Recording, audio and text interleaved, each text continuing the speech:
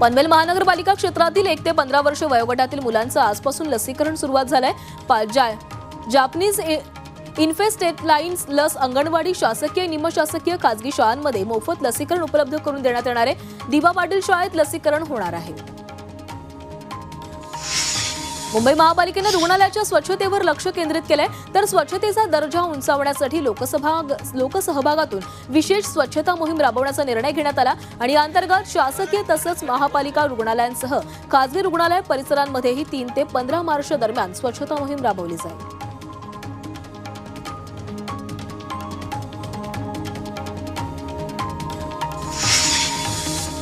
मुंबईच्या पवई जलवाहिनीच्या जोडणीवर मोठी गळती सुरू झालेली आहे आणि त्यामुळे घाटकोपर उच्चस्तरीय जलाशयास होणारा पाणी पुरवठा पूर्णतः बंद झालाय आणि त्यामुळे घाटकोपर आणि कुर्ला भागातील पाणी पुरवठ्यावर आज दिवसभर परिणाम होणार आहे। तसंच गढूळ पाणी येण्याचीही शक्यता आहे।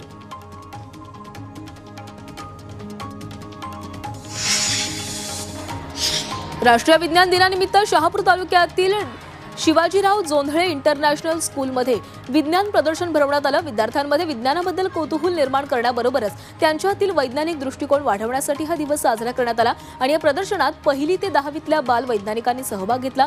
विज्ञानातील वेगवेगळे प्रयोग या विद्यार्थ्यांनी मॉडेलच्या सहाय्याने सोप्या भाषेत मांडले। कर्मचारी भविष्य निर्वाह निधी संघटनेने 2024-25 साठी कर्मचारी भविष्य निर्वाह निधी कायम ठेवण्याचा निर्णय घेतलाय आणि त्यामुळे आता ईपीएफ वर व्याजदर 8.25% कायम आहे। 2023-24 मध्ये ईपीएफ वरील व्याजदर किंचित वाढवण्यात आला होता। मुंबई शहरातील वाहतूक कोंडीचा प्रश्न सोडवण्यासाठी महापालिकेने आधुनिक तंत्रांचा वापर करण्याचा निर्णय घेतलाय। 58 ठिकाणी आयटीएमसी प्रणाली बसवण्यात येणार आहे आणि या ठिकाणी एनपीआर कॅमेरेही बसवले जातील। याशिवाय बहुमजली पार्किंग उभारण्यात येणार आहे। मुंबईत विशेष ब्लॉकमुळे आज धीम्या मार्गावरील शेवटची लोकल ठाण्यासाठी 10:46 सुटणार आहे। सीएसएमटी वरील 24 डब्यांच्या गाड्या उभ्या करण्यासाठी प्लॅटफॉर्म नंबरवरील 12 ते 13चा विस्तार केला जातोय आणि या कामाकरिता मध्य रेल्वेकडून इंटरलॉकिंग कामासाठी विशेष ब्लॉक घेण्यात आला आहे।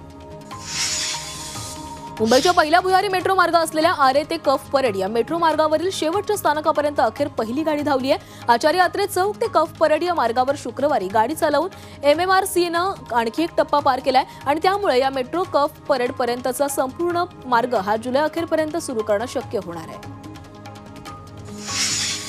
महाराष्ट्र पर्यटन विकास महामंडळानं आंतरराष्ट्रीय महिला दिनाचं औचित्य साधून महिला पर्यटकांसाठी 50% सवलत दिली आहे। 1 ते 8 मार्च या कालावधीत एमटीडीसीच्या पर्यटक निवासांमध्ये 50% सवलत जाहीर करण्यात आली आहे।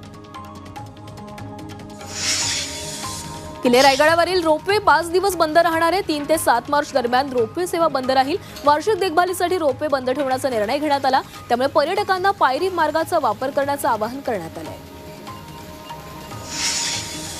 मुंबई नाशिक महामार्गावरील जुना कसारा घाट 3 ते 6 मार्च वाहतुकीसाठी बंद असणार आहे। जुना कसारा घाटातील रस्त्याच्या दुरुस्तीसाठी हा घाट वाहतुकीसाठी बंद असेल आणि त्यामुळे या घाटातील वाहतूक नाशिक मुंबई लेनवरील नवीन कसारा घाटातून वळवण्यात येणार आहे।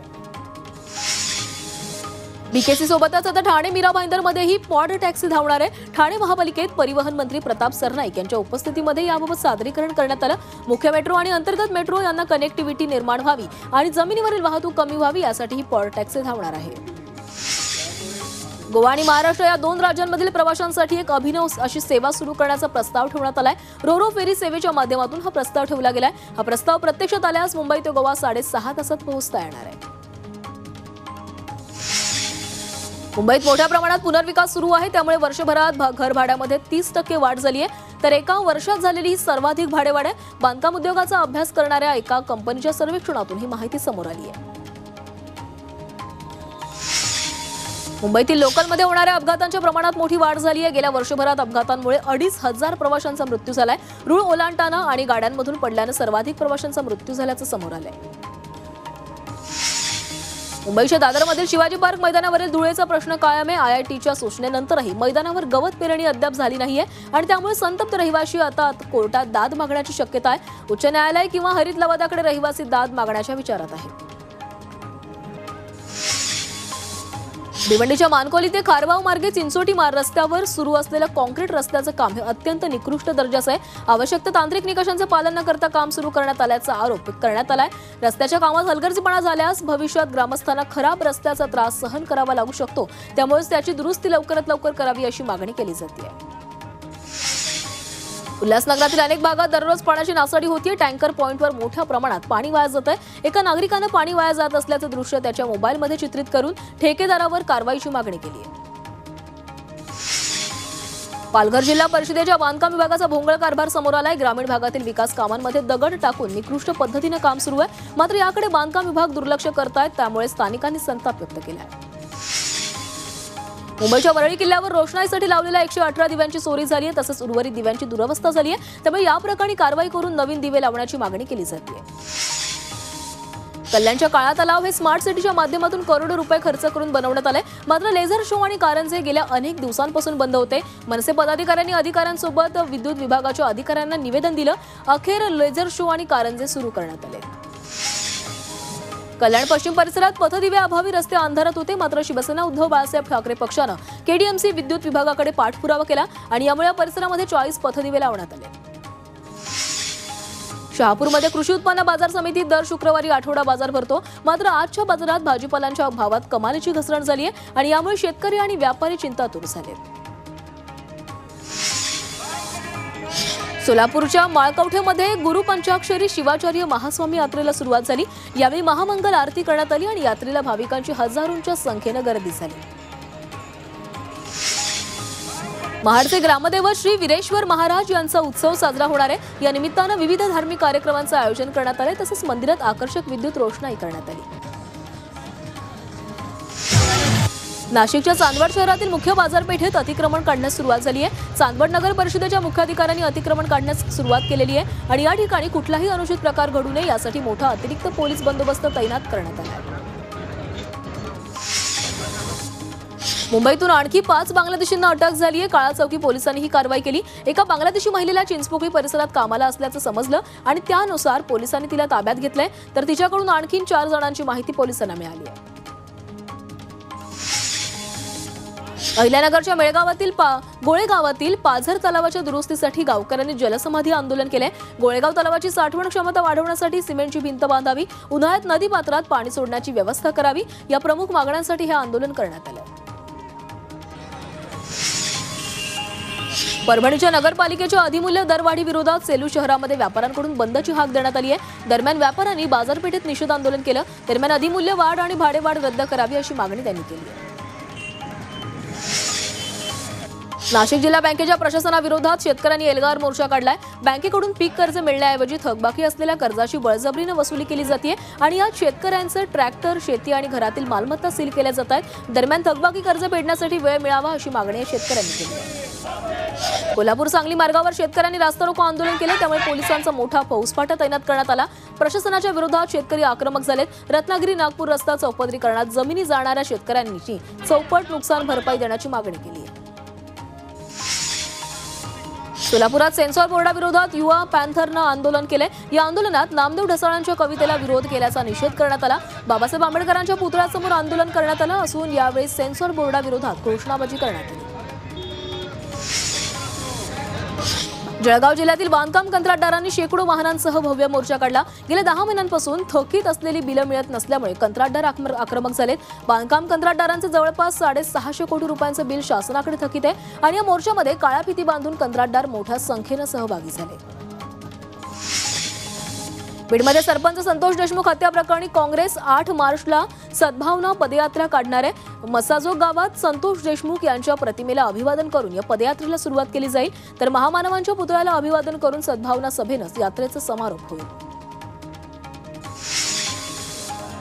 नाशिक जिल्हा बँकेच्या प्रशासनाविरोधात शेतकऱ्यांनी एल्गार मोर्चा काढला. नाशिक जिल्हा बँकेकडून पीक कर्ज मिळण्याऐवजी थकबाकी असलेल्या कर्जाची बळजबरीने वसुली केली जाते असा आरोप शेतकऱ्यांनी केला. यामध्ये शेतकऱ्यांचे ट्रॅक्टर, शेती आणि विविध घरातील मालमत्ता सील केल्या जात आहेत आणि याचाच शेतकऱ्यांनी निषेध व्यक्त केला. हिंगोलीत आदिवासी समाजाची रखडलेली 12,500 पदांची विशेष पदभरती करण्याच्या मागणीसाठी जिल्हाधिकारी कार्यालयावर विद्यार्थ्यांनी आंदोलन केलं. मूळ आदिवासी समाजाचे प्रमाणपत्र बोगस आदिवासींनी बळकावल्यानं आदिवासी समाज बांधवांवर अन्याय होत असल्याचा आरोप या विद्यार्थ्यांनी केला. कोल्हापूर जिल्ह्यात रानटी डुकराची शिकार केल्याप्रकरणी 11 जणांवर कारवाई करण्यात आली आहे। पन्हाळ तालुक्यातील जेऊर इथं दिवसाढवळ्या डुकराची शिकार करून हे शिकारी मांस विक्री करत होते। मांस विक्री करणारे आणि खरेदी करणाऱ्यांसाठी आलेल्या 11 जणांवर वन विभागाने कारवाई करत त्यांच्याकडून मुद्देमाल जप्त केला आहे। अंबरनाथमध्ये गायीला बेशुद्ध करून चोरून नेणाऱ्या 3 इसमांपैकी एकाला स्थानिकांनी रंगेहात पकडले। हे चोरटे गोहत्या करण्यासाठी गायी चोरायचे, तशी कबुली आरोपीने पोलिसांना दिलेली आहे। आरोपींकडून गुंगीसाठी लागणारे साहित्य जप्त करण्यात आले आहे। पोप फ्रान्सिस यांना न्यूमोनियाचा झालेला संसर्ग काही प्रमाणात कमी झालाय। गेल्या 2 आठवड्यापासून ते रुग्णालयामध्ये उपचार घेत आहेत। या संसर्गाच्या अत्यंत गंभीर टप्प्यामधून ते बाहेर पडल्याचं त्यांच्या डॉक्टरांनी सांगितलंय। ठाण्यातील लोकमान्य परिसरात नंग्या तलवारी आणि चॉपर घेऊन गुंडांनी दहशत माजवली आहे। 6 जणांच्या टोळीनं मिळून एकावर हल्ला केल्याची घटना सीसीटीव्हीमध्ये चित्रित झाली आणि या हल्ल्यात संबंधित नागरिक जखमी झाला असून पोलीस पुढील तपास करत आहेत। वाशिमच्या रिसोड तालुक्यातील एका 17 वर्षीय मुलीवर लैंगिक अत्याचार करण्यात आलेत। क्लासला जात असताना आरोपीने तुझ्या मामानं बोलावले अशी बतावणी करत पीडितेला निर्जन स्थळी नेत तिच्यावर अत्याचार केले। चाकूचा धाक दाखवून तिला जीवे मारण्याची धमकी सुद्धा दिली। दरम्यान आरोपी विरोधात गुन्हा दाखल झालाय। लातूरच्या औराद शहाजनीमध्ये 8 वर्षीय चिमुरडीवर अत्याचार केल्याची घटना घडली आहे। 32 वर्षीय तरुणानं मुलीवर बलात्कार केल्याचं समोर आलंय। मुलीला खाऊचं आमिष दाखवत घरात बोलावून अत्याचार केल्याची माहिती आहे आणि या प्रकरणामध्ये आरोपीला अटक झाली आहे। मुंबईत एका वृद्ध महिलेच्या बँक खात्यातून 1 लाख रुपयांची फसवणूक घरगुती नोकराने केली आहे। या प्रकरणी मलबार हिल पोलिसांनी घरगुती नोकराला अटक केली आणि या नोकरानं अनेकदा महिलेच्या मोबाईल बँकिंगचा वापर केला होता। त्यामुळे आरोपी नोकराला महिलेचं एटीएम कार्ड आणि पिन मिळालेलं होतं। पालघरमध्ये 8 वर्षीय चिमुकलीचं अपहरण करणाऱ्या अट्टल गुन्हेगाराला अवघ्या 8 तासात अटक करण्यात आली आहे। चिमुकलीची सुखरूप सुटका करण्यात वाडा पोलिसांना यश आलंय। चिमुकलीला आमिष दाखवून या आरोपीनं तिचं अपहरण केलं होतं। वाशिम शहरात एका 7 वर्षीय चिमुकलीवर 20 वर्षीय तरुणाकडून लैंगिक अत्याचार करण्याचा प्रयत्न झाल्याची धक्कादायक घटना घडली आहे। पीडित मुलीच्या आईच्या फिर्यादीवरून पोलिसांनी आरोपी विरोधात गुन्हा दाखल करत आरोपीला तात्काळ अटक केली। आरोपीला 1 मार्चपर्यंत पोलीस कोठडी सुनावण्यात आली आहे।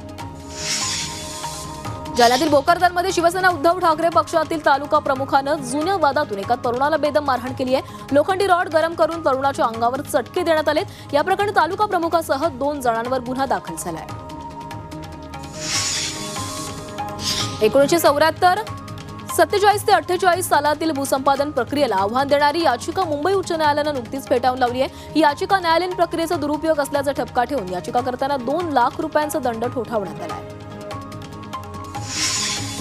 जलसंपदा विभागाची पाणीपट्टी वसुली युद्धपातळीवर सुरू आहे। कोट्यवधी रुपयांची थकबाकी असणाऱ्या कोल्हापूर महानगरपालिकेला जलसंपदा विभागानं नोटीस बजावली आहे। थकबाकी त्वरित भरा, अन्यथा महापालिकेचा पाणी पुरवठा बंद करू असा इशारा नोटीसीमधून देण्यात आलाय। कोल्हापूर महानगरपालिकेची 150 कोटींहून अधिक रुपयांची थकबाकी आहे।